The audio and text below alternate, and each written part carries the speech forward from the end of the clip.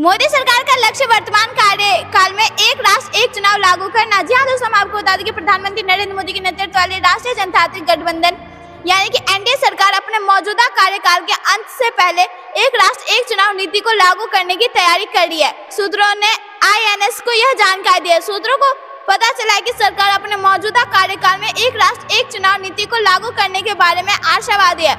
सरकार को अपने सहयोगियों के समर्थन में इस सुधार के लिए पर्याप्त समर्थन मिलने की उम्मीद है।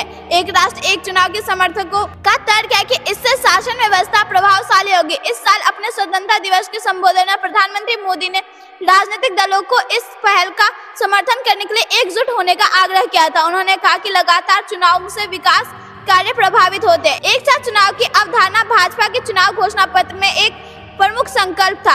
इस साल की शुरुआत में पूर्व राष्ट्रपति रामनाथ कोविंद की अध्यक्षता वाले पैनल द्वारा एक रिपोर्ट प्रस्तुत करने के बाद एक राष्ट्र एक चुनाव की प्रक्रिया जोर पकड़ी है। पैनल ने राष्ट्रपति द्रौपदी मुर्मू को रिपोर्ट प्रस्तुत किया और लोकसभा तथा विधानसभा चुनाव एक साथ कराने की अवधारणा को जोरदार समर्थन किया। रविवार को शीर्ष सूत्रों द्वारा दी गई जानकारी में बताया गया कि सरकार जनगणना की तैयारी भी शुरू कर दी है, लेकिन सर्वेक्षण में जाति कॉलम का शामिल करने के बारे में अभी तक निर्णय नहीं लिया गया। सूत्रों ने कहा कि दशक की जनगणना जल्द ही आयोजित की जाएगी। भारत 1881 से हर दशक में जनगणना करता रहा है। इस दशक की जनगणना का पहला चरण 1 अप्रैल 2020 को शुरू होना था, लेकिन कोविड-19 महामारी के कारण इसे स्थगित कर दिया गया था।